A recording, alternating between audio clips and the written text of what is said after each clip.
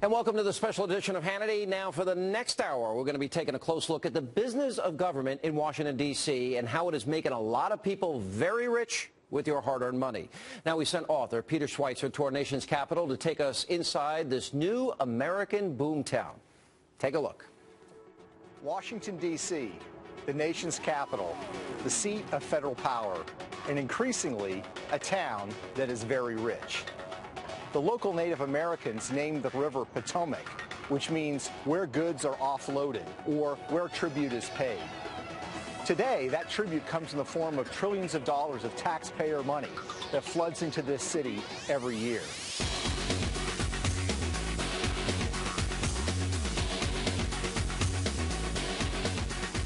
While 1 out of every 6 Americans worries about where their next meal is coming from, Washington, D.C. has the highest rate of fine wine consumption in the United States.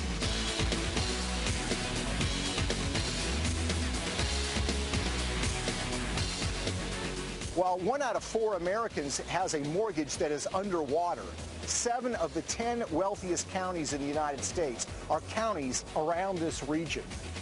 Washington, D.C. now has the highest per capita income in the entire United States. They just passed Silicon Valley.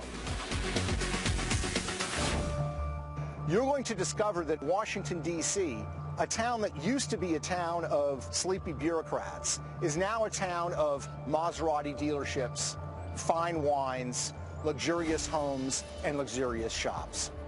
It's a Washington, D.C. that a lot of people never see when they take their tours or they go to the museums. But it's the Washington, D.C. that reflects the reality of our country today. The great American writer F. Scott Fitzgerald once wrote that the rich are different from you and me. America's previous boomtowns became wealthy because they produced something. San Francisco during the gold rush, Abilene, Texas, cattle, and of course Detroit during the heyday of the American automobile. All of those boomtowns became very wealthy in their time because they created something new. This boomtown, its wealth comes from extracting it from the rest of the country. Boomtown is something that no one in Washington wants to talk about. When they do, they tend to blame the other side. But the reality is today that in Washington, D.C., the business is not politics. The business is money. And joining us now, Peter Schweitzer and filmmaker Steve Bannon. Great work. Good to see you. We're gonna really open up a can of worms here tonight. Yeah. All right. So, Washington, D.C., 3 of the wealthiest counties in the country, 7 of the top 10? Yes, that's right. That's right. And this is the thing that people don't realize about Washington, D.C. We think of it as the seat of federal power. Politics reigns supreme, but it's a business. There's a business model there. And really what exists is what we call the permanent political class. We think of Republicans and Democrats, and there are philosophical differences, but at the end of the day, they're all primarily looking for a way to make money. And you don't make money by shrinking government, you make money by growing government. You know, you made some comparisons. 1 in 6 Americans in poverty, 1 in 4 Americans, their mortgages are underwater, meaning they can't even get their way out of their house without losing. This is the great unreported story of our time right now, because this is extraction. The rest of the country is in a financial and economic crisis. Much of the country is almost in a depression. And yet you have Washington with the 3 richest counties bordering it, 7 of the top 10. The big number, per capita income, is now higher than Silicon Valley, the great technology engine of the United States. It's the 4th city generating millionaires. No, if you look at every 4th fastest city. Fastest. If you look at every statistic about people and incomes, Washington, D.C., and the reason is because you have a massive federal budget that gets allocated through there. Well, and it goes a little bit deeper, Steve, and you're right on all of these points, and those statistics should wake people up. But isn't it, a lot of this is built in? It's like a pyramid scheme because they have baseline budgeting. Every budget, every area of government goes up 6, 7, 8% a year, even though we're still borrowing nearly 50 cents of every dollar they spend. That's right. And Sean, what's interesting is it's not only the allocation of federal dollars, but there's a lot of money that comes into Washington to determine how that money is going to be allocated. So you've got taxpayer money, you've got special interests putting money in Washington, D.C. to influence the process, to steer money in their way. It is a town awash with cash. And the sad reality is that it's only going to get worse. It's not going to get better. One of the arguments that I have made as the president has so successfully used the class warfare arguments as he has, it's interesting. It seems that the politicians are the ones that are greedy, selfish, power hungry. They build up their power by granting people government programs, spending other people's money. How come they've never got tagged as being greedy and selfish as they now steal from our kids' piggy banks? I think no one's ever turned the camera on them. I think that's what we intend to do. We're going to look at this, and this is a bipartisan problem. This is just not a beat down on Democrats, although they are the party of big government. This is a permanent political class that has now kind of formed an aristocracy. And that aristocracy, that's why nothing changes in Washington. That's why you have these budget debates. And like you said, you're talking about cuts in growth rates of budgets, not cut in the budget itself. It's not a downside. Yeah. They never cut it. And the reason, as you can tell, they've really extracted money through taxes and then the ability to borrow for their lifestyles. In addition, there's no pressure on them to really cut. They really control Wall Street. It's not the money controls Washington. Washington controls the money. They have an industrial logic to this business model, just like any other business model, and that is to extract power from the rest of the country and money into a centralized location, which is Washington. You know, you mentioned in your piece, Peter, about Maserati dealerships and fine wines and expensive restaurants and the home prices, et cetera. Yeah. Are these government employees that are buying the Maseratis? It's probably not government employees. It's people that influence government policies. So it's people like lobbyists, people that are in government relations, people that run contracting firms who really their businesses whose only client or only customer is the federal government. So it's money that gets sloshed around in all those different ways. And the reality is that, you know, I lived in Washington, D.C. in the 1980s. It was really kind of a middle-class town with some wealthy areas. It's a completely different place now. And part of it is the size of the federal budget has grown enormously, and of course they take the cut of everything that comes out. So, and what are they producing? You're right. We talked about an oil boom, gold rush, cattle, et cetera, and all these other. They've produced something. What is Washington producing except record debts, record deficits, and telling old people we're gonna means test your Social Security. We're gonna raise the retirement age to about 1 hour before you die, so you'll get at least an hour's worth of what you've paid into your whole life. Well, that's it. The whole point. They have a business model. That business model is government, and it's bigger government. And as long as they have the ability to borrow, right? As long as they can take tax receipts and borrow, they're going to continue to do that. And so that's why you're seeing now we're trying to put the camera on this business model, let you see the lifestyles of the rich and powerful. We have a lot more to get to tonight. Guys, stay right there. Coming up, the ballooning federal budget has doubled in the past 10 years, but you'll be astounded to see where that money is actually coming from and where it's going. That and much more on this special edition of Hannity. Welcome back to the special edition of Hannity BoomTown. Now, along with the monuments, the tourist attractions, visitors to D.C. will see something else when they visit the Capitol these days, construction, and a lot of it. Now, the city and its surrounding suburbs, they don't seem to be experiencing the long, sluggish, so-called recovery that the rest of America is now enduring. In Washington, business is booming. Watch this.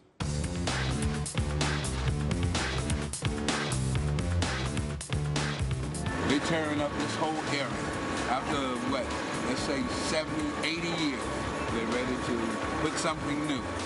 Washington, D.C. is a boom town because this town is literally flooded with money. And a lot of that is borrowed money. You see, the federal budget was about $2 trillion a decade ago. Today, it's close to $4 trillion. And that money goes for things like national defense and social welfare programs, but it also stays right here. You see, the federal government in the Washington, D.C. area employs 245,000 people, and the pay and compensation is very good. The average pay and compensation is about $120,000 a year, and those individuals get paid to do all sorts of things. In the parallel universe that is Washington, D.C., even the fact that this is borrowed money, that we're going into debt, creates a job opportunity. There's a federal agency called the Bureau of the Public Debt that actually is hiring people right now to help cope with the money that we're spending that we cannot afford to pay for. But the problem goes beyond federal employees because, you see, in addition to federal employees, there are legions of government contractors and government contracting firms that spend time and spend a lot of money here in Washington, D.C. In fact, under President Bush, that reached some years up to 400 billion being spent to private contractors. Indeed, over the past decade, we're talking about trillions of dollars that are going to private companies or to contract firms whose client is the federal government. Now, Washington, D.C. is a new boomtown, but it's also a town that faces a lot of income inequality. You see, while there are people that are getting very, very rich off the influx of taxpayer money into this town, there is also an underclass in this city. In fact, Washington, D.C. ranks third in the entire country when it comes to income inequality. So this is a town that has its rich, but it also has its poor. And we continue with Peter Schweitzer and Stephen Bannon. Now, that's an interesting ending to this segment here, because a lot of poor people in Washington, the government's, and in some cases right around the block from where a lot of these big monuments, a lot of these tourist attractions are. How could that happen when 15% of every dollar that they spend is spent in and around Washington? That's a great question, Sean, and I mean, that's the irony here. You would think that if the egalitarian vision had any place that it succeeded, it would be Washington, D.C., because they have all this money pouring in.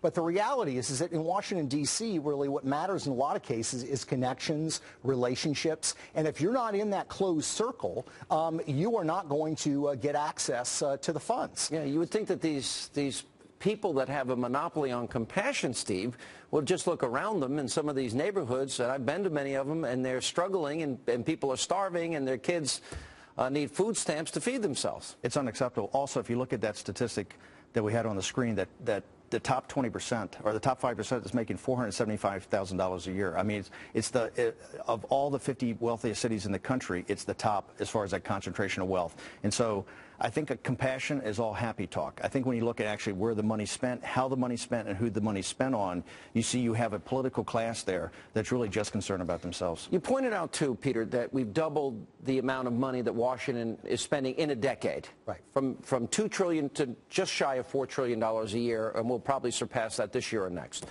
You know what's interesting about that? We take in only $2.2 trillion. Right. So if we would have lived within our means, if they didn't grow government just in the last 10 years, we'd be in a lot better shape. Yeah, no, absolutely we would. And that's what is really troubling about this. Not only is Washington, D.C. becoming sort of this new Versailles that reminds you of France under royalty, but they're doing it on borrowed money. It's not just a question of them taking tax revenue. They're actually borrowing money, and it's going into Washington, D.C. And, you know, the reality is that, look, there are no incentives in Washington, D.C. to cut the size of government. They're not going to do it. There's no money to be made. Yeah. And they live in this sort of artificial creation or bubble that is different from the rest of the country. It's like having a $4 trillion private equity fund every year. The entire GDP of the entire U.S. economy is about $16 trillion.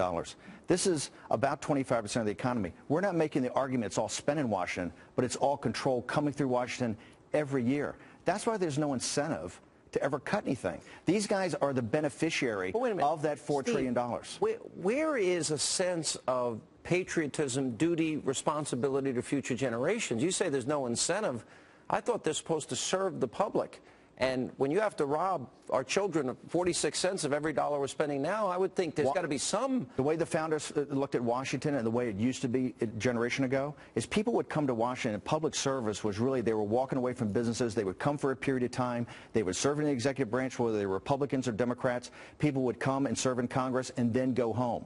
Today, that's what I'm talking about extraction. When Peter and I talk about that, it's just not extracting tax revenues. You're getting the best and the brightest in the country starting to come to Washington because they see a career. They see a way to make a career. And the reason is when you have the ability to allocate $4 trillion every year and it's increasing. How much political patronage? It's influence peddling. It's like Tammany Hall. And by the way, it's happened in America before. It's happening now, and this is never happened like this. Not this scale. You're correct. And by the way, this is a crisis because you do not have the political will in Washington to change it. You know, if the media did a little bit of their job, they would be covering this as well, but they don't. All right, stay right there. We're going to come back. Still to come, members of Congress, they love to brag about their family values, but coming up next, we're going to tell you about the family values they don't want you to know about and why it pays very well to be born into the right family. Stay with us as this special edition of Hannity, BoomTown, continues. Welcome back to the special edition of Hannity BoomTown. Now, when the balance of power shifts in Washington, no matter who controls the House, the Senate, or even the White House, well, it's good for business.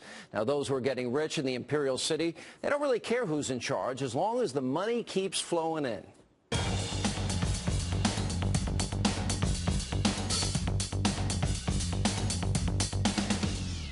Washington, D.C. is America's boomtown, and like any boomtown, it needs to have its own aristocracy.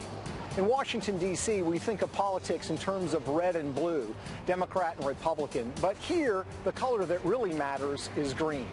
We think about political parties and you think about political affiliations, but what really matters in Washington, D.C. is power affiliation. And by power affiliation, you're talking about access to political power and access to public officials. And that comes through lobbying.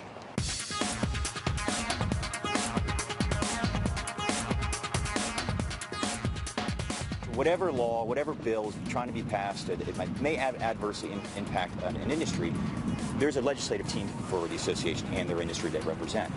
Fortunately for chauffeur transportation, there's no parking on the Hill. So we're able to provide chauffeur transportation to make sure that they can get to the Hill in a timely manner to sell their vision. There were 100 new House members at one time in the 2010 cycle.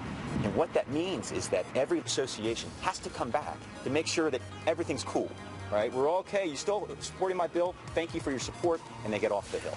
So it's really been great for us in that respect. Lobbying takes place right here on K Street. This is the epicenter of all of it. It's in full view of the White House and with the U.S. Capitol not far away. And when it comes to spending money, large amounts of money are spent here to influence decision makers. It's a distinctly bipartisan activity. In fact, that's the best way to do it. So you have, for example, a Republican like former Senator Trent Lott, who partners with a Democrat, former Senator John Breaux. The political debates that we see oftentimes are a little bit like professional wrestling. It's not always what it appears to be.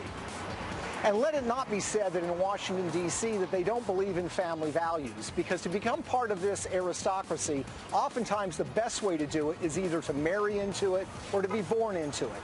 And it's remarkable how many members of Congress have family members who are registered lobbyists.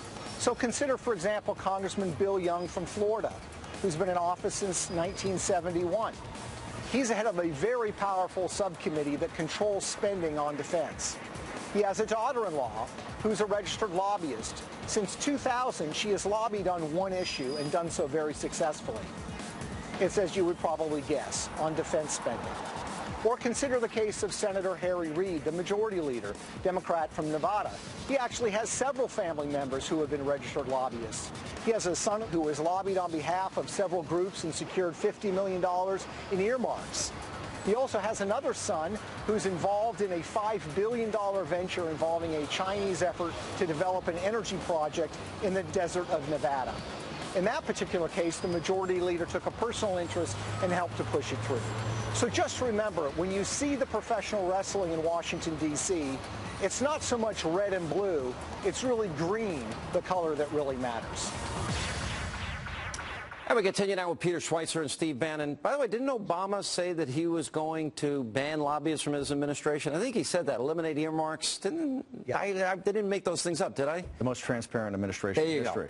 Well, here are the numbers. It's what? You have 78 members of Congress, 27 senators, 51 House members that like Bill Young. Yeah. I mean, Bill Young has a, what is it, a sister-in-law? Daughter-in-law, yes. Yeah. That's exactly right. He's the father-in-law, and he sits on this powerful committee, and she lobbies him? Yeah, and you know, here's the parallel universe that's Washington, D.C., Sean. You go to every one of these members, and they will say, well, the fact that my son or daughter or spouse is doing this... Has nothing to do with it. I would not let that influence any decision I make. You know, give me a break. I mean, that is just simply not an acceptable answer, and we know how the real world works, and this would not be tolerated in corporations and other areas when you deal with nepotism issues. You know, you see, it's interesting because there's such indignation and such outrage when something like Enron, or they can demonize Halliburton, but yet this is the worst I've ever seen. And it was never envisioned by the founders, and this is what we're talking about, a permanent political class. These guys come to Washington, a lot of times as country lawyers, and what they do is they stay. Their wives become lobbyists. Their children, their in-laws. They build up they've turned the business of government into a family business. And this is how they stay here permanently. This is how it gets to be a permanent political class. So basically kicking it back to their own, even in this case, family members or friends or people they know or people that hire them when they retire, which happens a lot. That's exactly right. I mean, if you look, for example, at the Republicans that came in 1994 with the Gingrich Revolution, 10 years later, of those who had left, half of them were registered lobbyists. Is that because they're not capable of doing anything else? I mean, is this all they're capable of doing? Well, it may be all they're capable of doing, or it's probably the most lucrative thing that they could do. And the reality is that it becomes very seductive in Washington, D.C., and they accept it because everybody else is doing it. Yeah. And that's really the sad reality. So it's a massive cultural problem in Washington. But you talk about an aristocracy, a political class that exists here. So for all intent and purposes, you're dealing with people that are living up off the public dole, taxpayers connected in some way, shape, matter, or form, and are never called out on it. Worse than taxpayers. It's $2.2 trillion of tax revenues. They have the arrogance to borrow the rest, continue to borrow it, not worry at all about shrinking government or cutting budgets, while their entire families are benefiting from that. That's what we talk about the permanent political class. That's why we look at incentives. You ever work on Wall Street, you always look at where are the incentives? Where are the incentives in the equity? Follow the money, Steve. Follow the money, exactly. And here, if you follow it, you see why there's no incentive to cut budget, there's no incentive to really to shrink the federal government, because this permanent political class of both political parties is benefiting. Real quick, did you find people in your investigation that actually do the right thing? People that have higher standards, or? There are a few. There are a few that there are a few. Yeah, but you're instilling confidence. There are a few, Sean, and the reality is it's very hard for those individuals to rise in seniority in either party, because the horse trading and the benefiting of family members that takes place is really what helps you gain in seniority and climb in leadership. It's systemic. It's systemic. It is. It's the culture. It's systemic. That's why it's the BoomTown. That's why they're living high on the hog and the rest of the country's suffering. Yes, sir. All right, we've got to take a break. We'll come back a lot more on our special. And coming up, imagine spending, well, $100,000 a day just to try and influence the U.S. government. Well, that is the amount that one company spent in 2010, and it paid off for them big time. We'll tell you that story next. And welcome back to the special edition of Hannity. Now, today, to succeed in business, it takes more than a good product, good marketing. It also takes a dedication to feeding the beast that is America's new BoomTown. When most of us visit Washington, D.C., we arrive this way. We fly commercial. But there are lots of visitors to Washington, D.C. who don't come on commercial jets. They come on private corporate jets.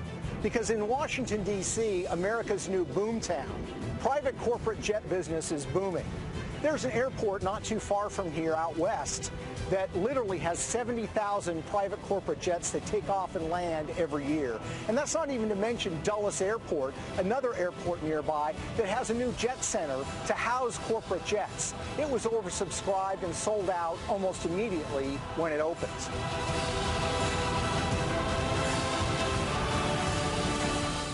Why do they come? They come here because this is where the money is. Washington, D.C. is a town that has a business, and that business is government. It gives them the opportunity to spread around all sorts of cash, and that cash obviously is what corporations are looking for.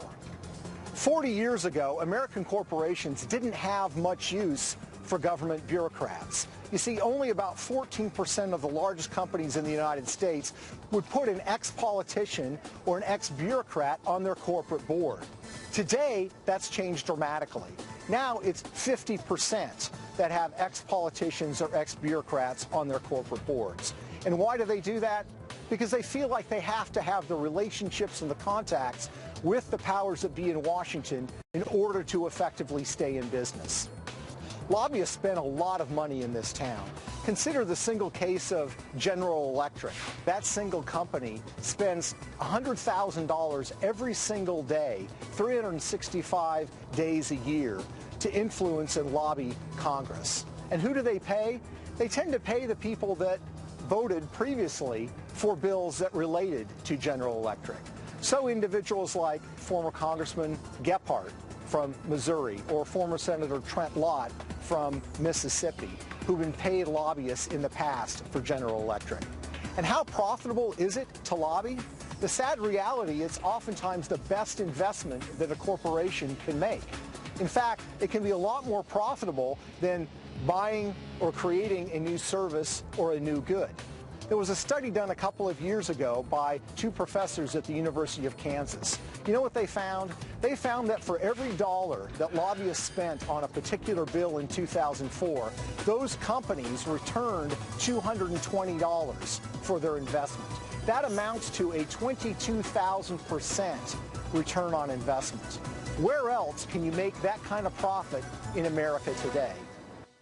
22,000% return on investment. Yeah. That's pretty amazing. 30 major corporations now spend more money on lobbyists than they pay in federal taxes. They didn't pay a dime, right? That's exactly right. And there's a relationship there. You know, General Electric did a lot of lobbying. They got government money for green energy. They got tax credits, but they spend a lot of their time carving out things in the tax code that benefit specifically them. Now, look, Sean, I'm not somebody who wants people to pay really high taxes, but the reality is when you have a system in a situation that leads corporations to feed the beast so that they can actually make more money on the side, in other words, pay their tithe or make their offering to Washington, D.C. I'll be honest. I mean, how can they be competitive if they don't? If their competitors are doing it, exactly. It's Washington that I blame for allowing it to happen. Absolutely. They set the rules. That's exactly right, Sean. This segment is the one that the audience ought to focus on of how you get into state capitalism. That graph that shows the 2,200% return.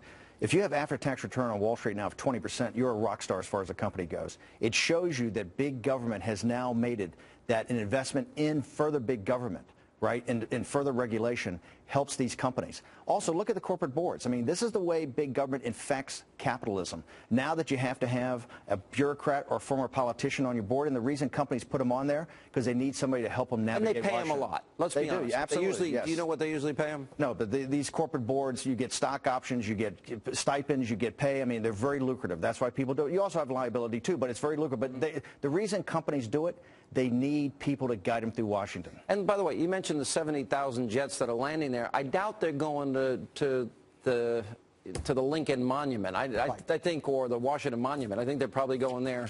You're right. To make deals. You're right. Exactly. And they have access. Yes, that's right, Sean. In fact, you know, an interesting illustration was with President Obama's inauguration. They actually shut down one of the runways at Dulles Airport to make it just for private jets. They had so many private jets coming in. So this is a massive problem. And look, we're not opposed to wealth creation, but when it's wealth creation by extracting it from taxpayers and manipulating in a crony capitalist system, that's a huge problem, and that's what's taking Now, if I'm one of these Americans that we spoke about earlier, my house is underwater, or one of the 6 Americans that are on food stamps, or I'm watching larger portions of my pay go to the federal government and state government, and I'm paying all these taxes, I think I'd start getting a little angry by now. This is why we want to turn the camera on something that's never been exposed. The people in Washington never want to talk about the lifestyles. They never want to talk about the construction cranes. They don't want to talk about the private jets. The private jet guys that built the private airports out there by Dulles and also at Dulles, they thought it was going to take them several years to sell those slots. They sold out in 72 hours.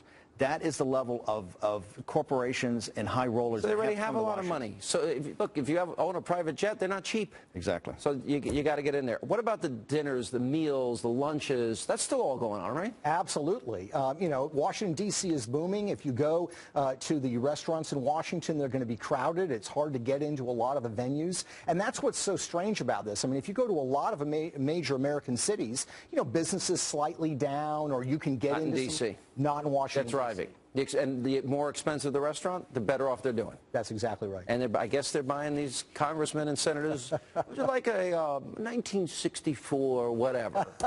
I'm not a big wine connoisseur, but that's where they're getting them. Yes, that's exactly right. And, you know, as we pointed out, while 1 in 6 Americans are struggling in terms of worried about where their next meal is coming from, Washington, D.C. is now the town with the highest rate of consumption of fine wines. So they're not getting wine in a box. This is very expensive, top-flight wine. I mean, it's not Boone's Farm. All right, we got to take. You ever try it? It's not bad. We'll take a quick break. We'll come back.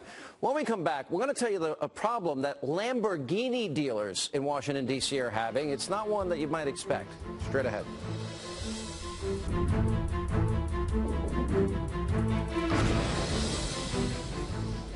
And welcome back to the special edition of Hannity, BoomTown. Now let's go back to Washington, D.C., where Peter Schweitzer shows us how Aspen and Beverly Hills, they have nothing on our nation's capital. Washington, D.C. is America's new boomtown. We traditionally think of the nation's capital as a town of museums and monuments. But increasingly, Washington, D.C. is a town of luxurious living. This is a town now where you can buy Italian sports cars, Ferrari, Lamborghini, Maserati. We are a destination, and the location borders two wealthiest counties in the United States of America. So it's Loudoun and Fairfax County. So we have a lot of customers in this area who can afford our cars, and we don't need to advertise. When we get a complaint from the factory, complaint is you have too many cash buyers. Because usually it's the other way around, some people are trying to reach, with their income so they can qualify to buy a product. In our case, they can very comfortably afford it and pay cash. Or if you prefer fine wine, that's available as well.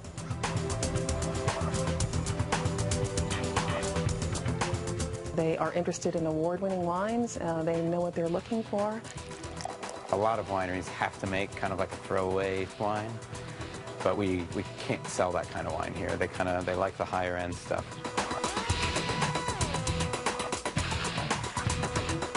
We have restaurants opening everywhere, especially from New York restaurateurs to Vegas restaurateurs opening in this area because business is steady year-round. Washington, D.C. is a town that is unlike the other boomtowns of America's past in that the luxurious living that's afforded here doesn't come from its own creation of wealth, but it comes from extracting wealth from the rest of us. When other towns created automobiles or beef cattle for American consumption, it made them a boomtown. But the luxurious lifestyle that Washington has today, which is comparable to Beverly Hills or Wall Street, is very different because that wealth creation is really wealth extraction from the rest of us. In Washington, D.C. today, there's a game being played, and there are always winners and losers. But the reality is that when that game is played, it's played with our money, and we're the ones that end up paying for it. We'll continue with Peter Schweitzer and Steve Bannon. So wait a minute, they have too many cash buyers and they don't have to advertise. Yeah. And that's for what? What's the average price? Is that a Lamborghini dealer? Yeah, Lamborghini and Ferrari. So you've got cars. Maserati. Maserati. These, you take your pick. These are cars that are, say, $325,000, and they have cash buyers. Look, Sean, we don't fault. And no shortage of them. That's exactly right. You're right. I'm not begrudging people, but this is all connected. Right. To this, frankly, corrupt, can we just call it what it is, corrupt economy? Yeah, it's extracted money. They're not creating a product that people are freely choosing to buy. They're selling access or they're selling connections and relationships. And so we don't fault the businesses that we highlight here because they're just earning a living like other people are, but it's the system and the corrosive system. And here's something to think about, Sean. We used to think of when JFK and his family was in the White House, it was Camelot. They brought their wealth from the rest of the country to Washington and created glamour. A lot of the glamour now is people coming to Washington with no wealth and making it off of government and buying $325,000 sports cars and paying cash for it. We've come a long way from ask not what your country can do for you, but what you can do for your country. In all seriousness here, they're all in this for themselves. When the average price of a house is $180,000 and a guy's sitting there going, we don't have to advertise, and guys walk in here, unlike in Miami and Los Angeles, and they can pay cash, it shows you that the wealth and the luxurious lifestyle of the rich and powerful has metastasized. And you can look at that anywhere you go in Washington. You see the fine restaurants, which you can't get into, the nicest boutiques. I mean, if people, I don't go there, Steve. I'm just as an observer. Steve. I've never been to one Washington Correspondents' dinner, Steve. So, but no, you're right. I tell you what, the reason you don't go down there because you don't like that whole system and how it's set up. I don't like the whole scene. And I think that we have to start looking at this with a jaundiced eye. This thing is out of control. It's what the founders never wanted. They never wanted cities like Paris and London and Rome that extracted all the talent, extracted all the wealth to one central location. That's what you have today. But what's, I guess, so sinister, it's not like they're producing products that people can buy. For example, a traditional boom town, let's say it's an oil town. Right. All right, so a lot of jobs associated with Silicon Valley. People making Silicon Valley is another case. Gold Rush, we want to go back a little further. Yes. You can literally pinpoint what they're doing. And they're making people's lives better. Yeah. You know, you've got cars, you've got beef in Abilene, Texas. Washington, D.C., it's really extraction. And to show you how bad it is, Sean, actually Lamborghini's North American headquarters, it's not in Beverly Hills, it's not in New York, it's in suburban Washington, D.C. That's actually where they put it. This is where they see the growth taking place. This is where they see an opportunity to make money in a way that they aren't going to anywhere else. And that is extremely troubling. You know what? I guess the problem with the poor average American that works hard, plays by the rules, pays their taxes, obeys the laws, all these things, raises their kids, their biggest problem is, I guess, they're not buddying up to people, buying the right people an expensive bottle of wine and taking them out to dinner and wining and dining and saying, listen, I need your help on this bill. Yeah. I need a provision here. Can you help me out? Yeah. And that's what's happening, and they're all getting what they want. Yes, no, that's exactly right. You know, if middle-class Americans could hire lobbyists, their lives would be better. But, of course, our system would be bankrupt by now. So this is the challenge. It's a zero-sum game in Washington, D.C. The success and wealth of Washington, D.C. doesn't create wealth for the rest of the country. It sucks it up. Yeah. So we need to recognize that because Washington is a boomtown, that is bad news for the rest of the country. And until we do something about it, until we sort of cut off that supply or reduce it, it's just going to get worse. All right, stay right there. We're going to come back. We'll continue more right after the break. Stay with us as Peter and Steve do as well. Straight ahead. And welcome back to this special edition of Hannity BoomTown. And we continue now with Peter Schweitzer and Steve Bannon. Look, I agree with earlier comments both of you have made. Both sides are guilty. But the party of big government is the Democratic Party. We heard the president in his inaugural address. He's now doubled down on big spending. He gets his stimulus passed, $6 trillion in new debt. I mean, every other president up to this point, $10 trillion in debt. He's going to literally create or accumulate more debt than every other president combined ahead of him. Is it worse under Obama? Stimulus, health care, has that had a big impact? I think it has. I mean, there's no question that his agenda was to, in a sense, spend us out of the recession, and that really didn't work. And a lot of that money ended up being captured in Washington, D.C. In fact, if you look at a per capita average stimulus money, Washington, D.C. got 9 times what the average American outside of Washington. How does Washington get 15% of all of the federal budget in terms of spending? How did that happen? That's the crisis we're in. The crisis we're in is where you have a president, or a party of big government, and their junior partner is the party of little big government, but there's no party of limited government. And so what we have, and you see this with the stimulus, you see this with the bailouts of the banks, that everything is concentrated in Washington now. These guys, the rest of the country has not pulled out of this recession. Washington does. They have the lowest unemployment. They have the highest per cap income. They have growth. They have a real estate market that's the most robust in the country. They're doing fine. And if you look at President Obama, and by the way, we are nonpartisan in this. This is both parties' problems. However, what's scary, if you listen to the president's inaugural address, where he kind of ran as a centrist this last time, he kind of doubles down. And if you forget the policies he's talking about, but if you look at the scale of the government, he's very upfront. Bigger government is a solutions provider. And that means this problem we're talking about of a permanent political class is only going to get worse. So when you look at sequestration, when you look at all these things that are going to lay at the budget, spending cuts and the debt ceiling, we believe it's just all a dog and pony show.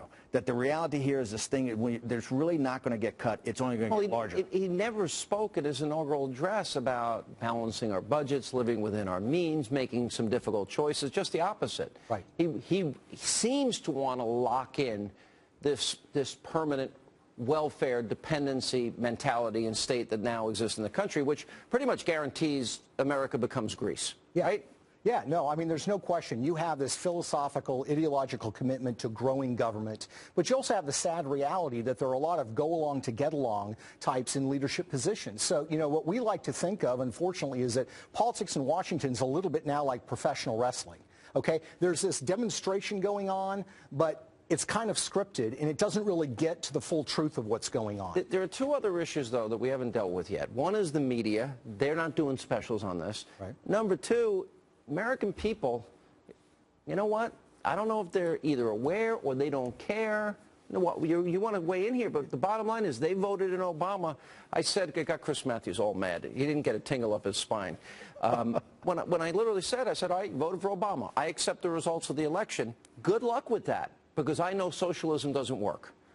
I think, by the way, the mainstream media, as you know, we've been working with you guys on this thing for a long time to think through these issues. New York Times, finally a week ago, had an article about this. We hope the mainstream media starts every week to focus on the permanent political class. Well, I think I think the American people, if they start to demand this, and I think the more times you do shows like this and bring it to light, that people are going to get angry. The other part of your question, I don't think the DNA of this country's changed. When Governor Romney talked about the 47%, I think the problem we have to start looking at is the corporations and the big government, they're in partnership to drive these programs. And one of the things we're trying to show in this special is the fact that there's a business model in Washington, D.C. that has an industrial logic to grow government, okay? So it's not that people, I don't think, want these entitlements. I think these things are growing ever more, and they're making benefits easier to get to. I think if you go to the heart of it, which is go to this Gordian knot of corporations and big government and guys that economically succeed from that, we can start to get to the heart of the problem. The problem is that the infrastructure now is so ingrained. This is now the foundation. Yes. This is how things are done. Right. And, you know, very few people seem to be aware of it. And that then becomes, wow, we have to really change the system. I think it's going to take a lot of pain before people wake up. No, I think you're right, Sean. And we have to remember, with the mainstream media, at least with several members of the media, I mean, they're part of this ecosystem. They live in Washington, D.C. They like the... They want access. They're out at the dinners. They're out at the parties. They like the very things we don't go to. Yeah. Matter of fact, you dragged me, you and Breitbart. When was that? We did a concert for the troops. And we brought you over to our house. And I went over to your house, and I said, I got to get out of here. I don't like this place. Exactly. And I ran out of town as quick as I could. Exactly. Well, listen, it's been a very, very informative hour. This is important stuff. Good work. We're going to continue it, and we'll follow up in the days, weeks, months to come, okay? Thank you, sir. All right, guys. Peter, thank you. And Steve, thank you.